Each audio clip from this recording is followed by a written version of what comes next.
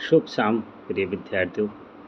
आज हम अध्ययन करने वाले हैं अपने आज की क्लास में, आज की कक्षा में कक्षा 10वीं कोर्स बा के पद्यखंड की एक कविता कबीर जी की साखियाँ। तो मैं सबसे पहले आप लोगों को कबीर जी का एक संक्षिप्त स्व परिचय दे दूँ। हालांकि ये पुस्तक में आपको आसानी से मिल जाता है। कबीर जी का जन्म 1398 में काशी में हुआ माना जाता है और इनके जो गुरु थे वो रामानंद थे। वो कहते हैं कि ये लगभग 120 वर्ष तक ये जीवित रहे थे, मतलब एक अच्छा लंबा खासा जीवन इन्होंने जिया था। और उसके बाद ये मगहर में अंतिम समय इन्होंने मगहर में बिताया और वहीं पर ये चिन्निंद्रा अर्थात मृत्यु की गोद में जाकर सो गए। चलिए तो हम पढ़ लेते हैं अब साखियों को।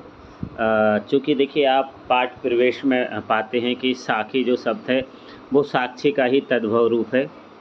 और साक्षी जो शब्द होता है वो साक्ष्य से बना हुआ है, जिसका अर्थ होता है प्रत्यक्ष ज्ञान, या हम कह सकते हैं गवाही। जो आप ख़ास तौर से न्यायालय वगैरह की प्रक्रिया में देखते हैं कि हमें ये साक्ष्य प्राप्त हुए, हमें ये सबूत प्राप्त हुए, या ये जो ये इसका साक्षी कौन है, इसका गवाह कौन है, इस प्रकार से। चलिए प्रिय विद्यार्थियों, तो हम अध्ययन कर लेते हैं इन दोहों का, जो दोहे साखी से लिए गए हैं। पहला दोहा है, ऐसी वाणी बोलिए मन का पाखोए, अपना तन शीतल करे औरन को सुख होए।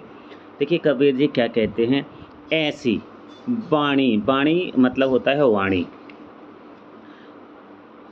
तो ये जो हम यहाँ शुद्ध बरतनी होगी वह क्या होगी, वाणी होगी। इसको ध्यान रखिएगा।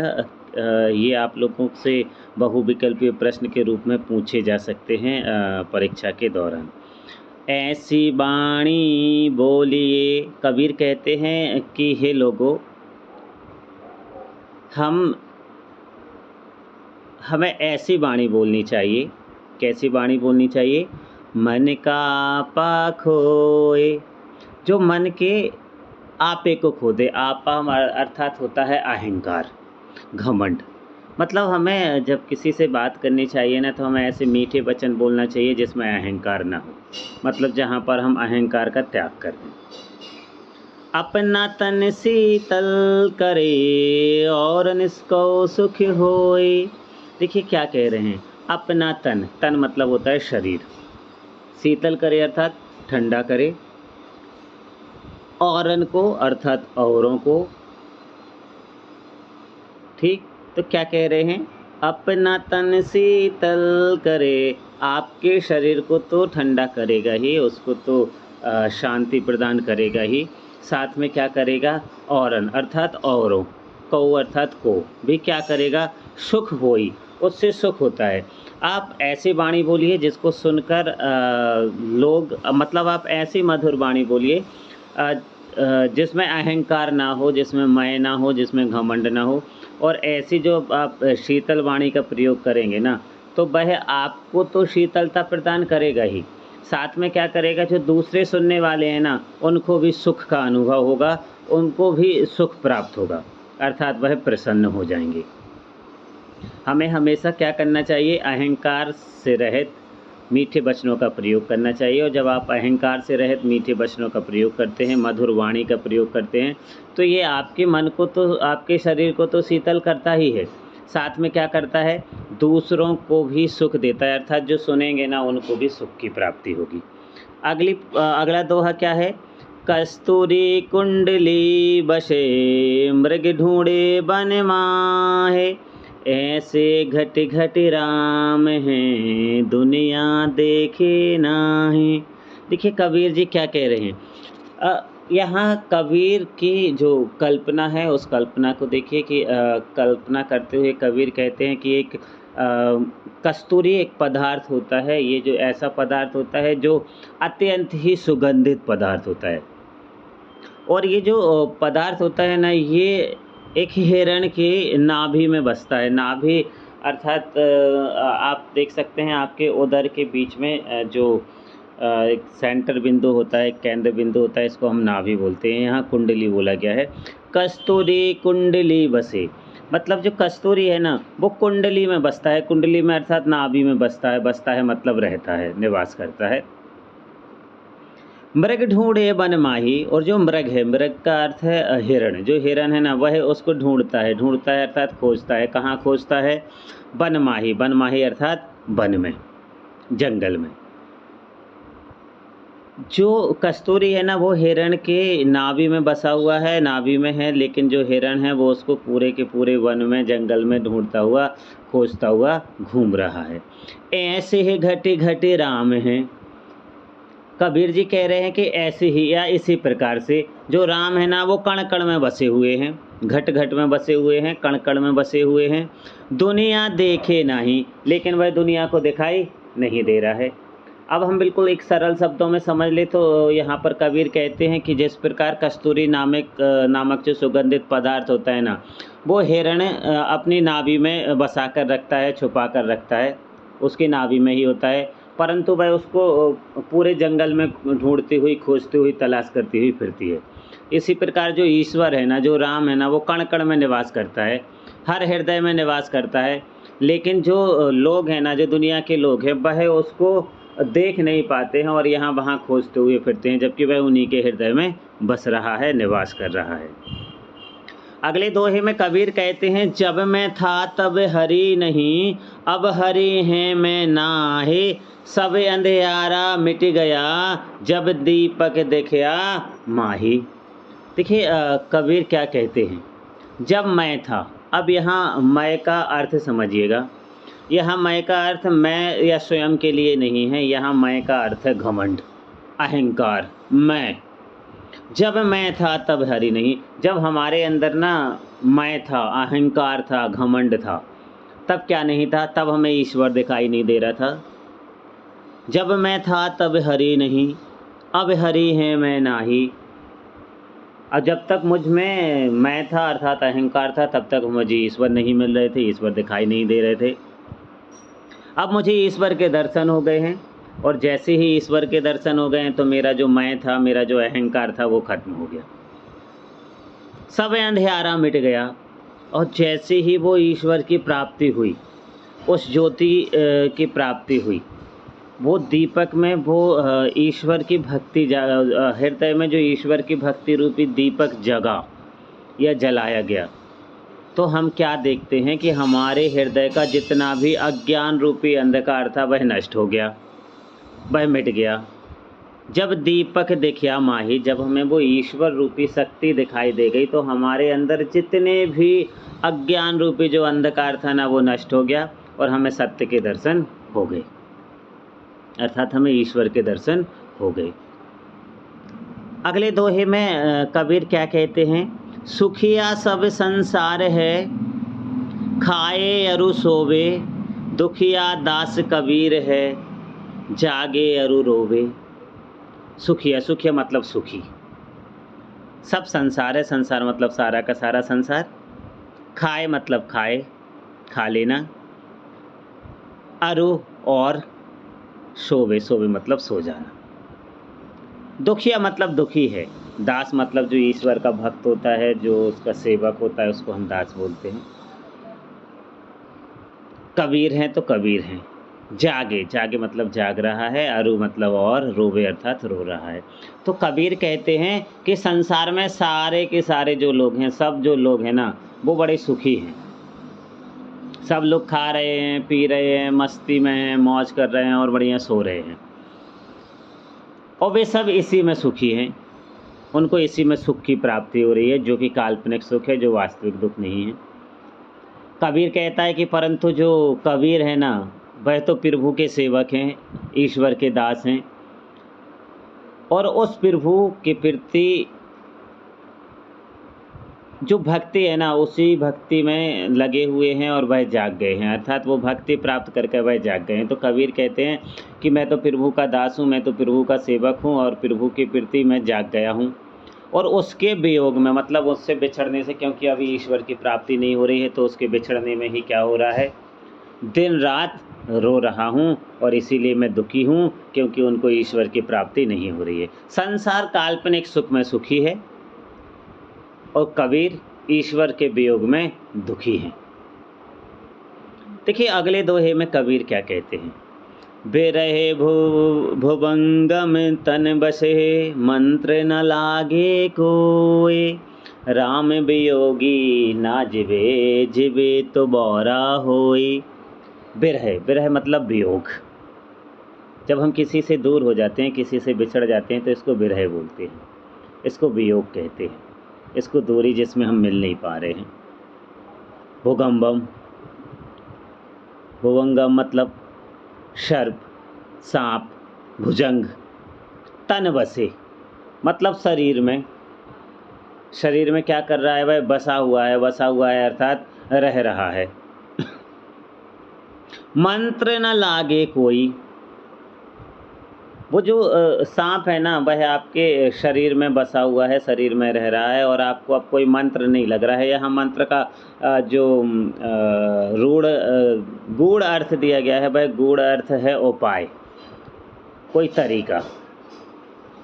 ना लागे कोई मतलब कोई उपाय नहीं मिल रहा है, कोई तरीका नहीं मिल रहा है। राम वियोगी ना जिवे। वियोगी मतलब विरही, प्रेम में तड़पने वाला या बिछड़ा हुआ। जिवे मतलब जीता है और जिवे तो बौरा होए। बौरा मतलब पागल होए। देखिए कबीर कह रहे हैं कि जो वियोग रूपी, जो विरह रूपी ना सांप है ना, वह हमारे शरीर में बसा हुआ है। कबीर क्या कह रहे हैं कि जो वियोग रूपी, जो विरह रूपी सांप है ना, वो हमारे शरीर में बसा हुआ है, उसने हमारे शरीर में घर कर लिया है। और उससे बचने का कोई भी उपाय, कोई भी तरीका है ही नहीं।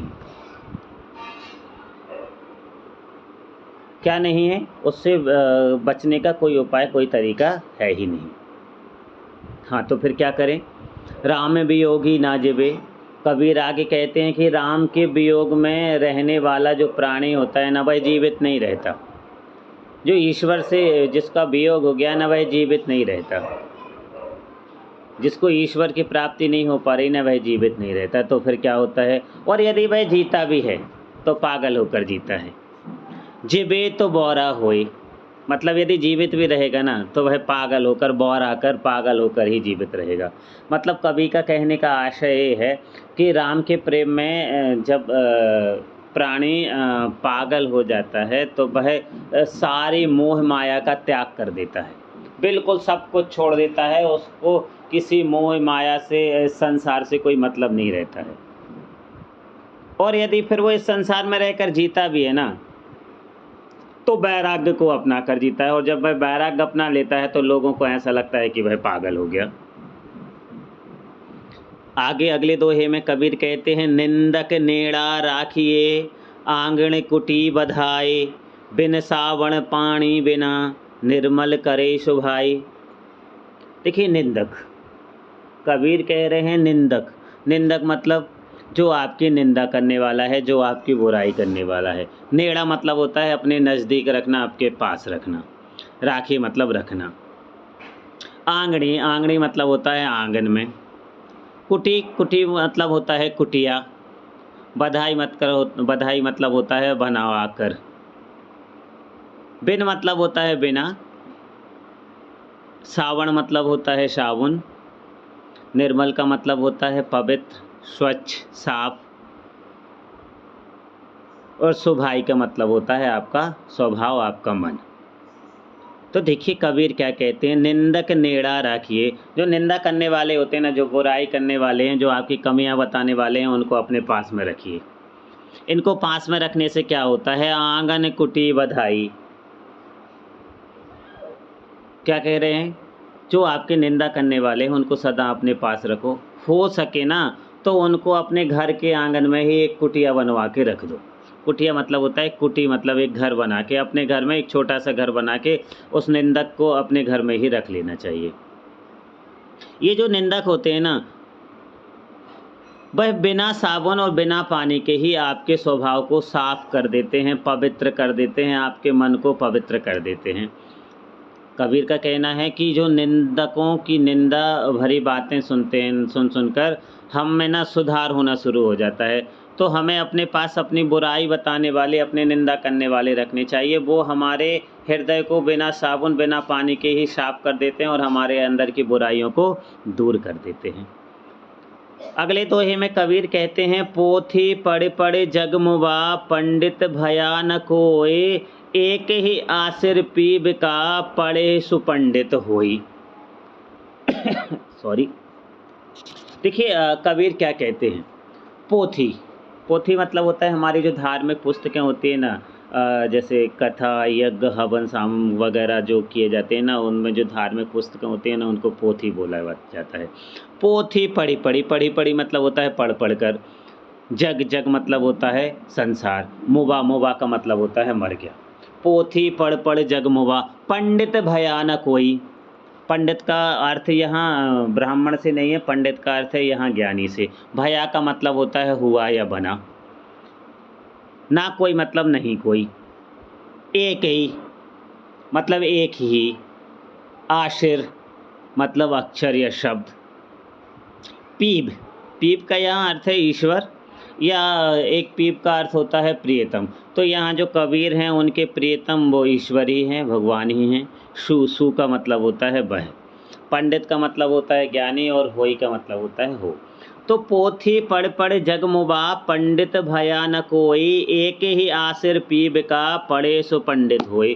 कबीर जी कह रहे हैं कि धार्मिक पुस्तकों को पढ़ पढ़ कर ना इस संसार में ये के जो लोग हैं ना वो मर गए। धार्मिक पुस्तकों को पढ़ पढ़ कर संसार के लोग क्या हो गए हैं, मर गए हैं। लेकिन कोई भी ज्ञानी नहीं हो पाया, कोई भी पंडित नहीं हो पाया। ये सारा संसार पोथी पढ़ पढ़ कर थक गया, मर गया, किंतु कोई भी क्या नहीं हुआ, ज्ञानी नहीं बन पाया, ज्ञानी नहीं हो सका। परंतु जो मनुष्य है ना, उसका एक ही प्रियतम है और वह ईश्वर है। और वह यदि ईश्वर को पढ़ गया, उस ब्रह्म का, उस ईश्वर का एक भी अक्षर पढ़ ले, तो सच्चा ज्ञानी वही हो जाता है, पंडित वही हो जाता है। सच्चा ज्ञानी, सब सच्चा पंडित वही है जो ईश्वर को पढ़ गया या ईश्वर को समझ गया। अगले दोहे में कबीर कहते हैं, हम घर जलाया आपना, लिया मुराड़ा हाथ, अब घर जालो तास का, जे चले हमारे साथ। देखिए कबीर ने कितनी अच्छी बात कही है। क्या कह रहे हैं, हम घर जलाया आपना, हमने अर्थात मैंने, जालिया मतलब जलाया है, क्या, घर, अपना मतलब अपना। लिया मुराड़ा हाथ, मुराड़ा अर्थात होता है जलती हुई लकड़ी। लिया मुराड़ा हाथ, जलती हुई लकड़ी कहाँ ले ली, हाथ में लेकर। जालो जलाऊं, अब घर जालो तास का, मतलब जो अब जो घर है ना उसको जलाऊं। जालो मतलब जलाऊं, तास का मतलब स्वयं क्या उसका। जे जो चले हमारे साथ, जो हमारे साथ चलने को तैयार है, हम उसके घर को अब जला देंगे। कबीर कहते हैं कि मैंने विरह और भक्ति से जलती हुई एक मशाल अपने हाथ में लेकर अपने घर को क्या कर दिया है, जला दिया है। अर्थात भक्ति में पढ़कर उन्होंने सांसारिक, इस संसार की जितनी भी वासनाएं थी उन सबको नष्ट कर डाला है, उनको जला डाला है। अब जो भी भक्त मेरे साथ भक्ति के मार्ग पर चलना चाहता है तो वह मेरे साथ चलने को तैयार हो जाए, मैं उसका घर भी जला डालूंगा। अर्थात उसके मन में भी संसार के प्रति आसक्ति ला दूंगा, वैराग्य ला दूंगा और उसको ईश्वर से मिला दूंगा। कबीर कहते हैं मैंने तो अपना घर जला दिया, अपना घर जला दिया अर्थात अपनी जितनी भी वासनाएं थी ना उनको नष्ट कर दिया, उनको जला दिया। हाथ में क्या लेकर, भक्ति और वैराग्य रूपी अग्नि की लकड़ी लेकर। अब जिसको अपना घर जलवाना है मैं उसका घर जला दूंगा। अब घर जालो तास का, मैं उसका घर जला दूंगा। जे चले हमारे साथ, जो हमारे साथ चलने को तैयार है, अर्थात जो मेरे साथ ईश्वर भक्ति करने को तैयार है, अब मैं उसके अंदर की जितनी भी वासनाएं हैं, बुराइयां हैं, उन सबको जला दूंगा, नष्ट कर दूंगा और ईश्वर की भक्ति में उनको लीन कर दूंगा। उम्मीद कर सकता हूँ प्रिय विद्यार्थियों ये वीडियो आप लोगों के बहुत काम आएगा। आप मेरे इस चैनल से जुड़े रहिए। यदि अभी तक आपने सब्सक्राइब नहीं किया है चैनल को सब्सक्राइब कर दीजिए, लाइक कीजिए, शेयर कीजिए और हाँ अपने सुझाव मुझे कमेंट बॉक्स में ज़रूर लिखिएगा। धन्यवाद।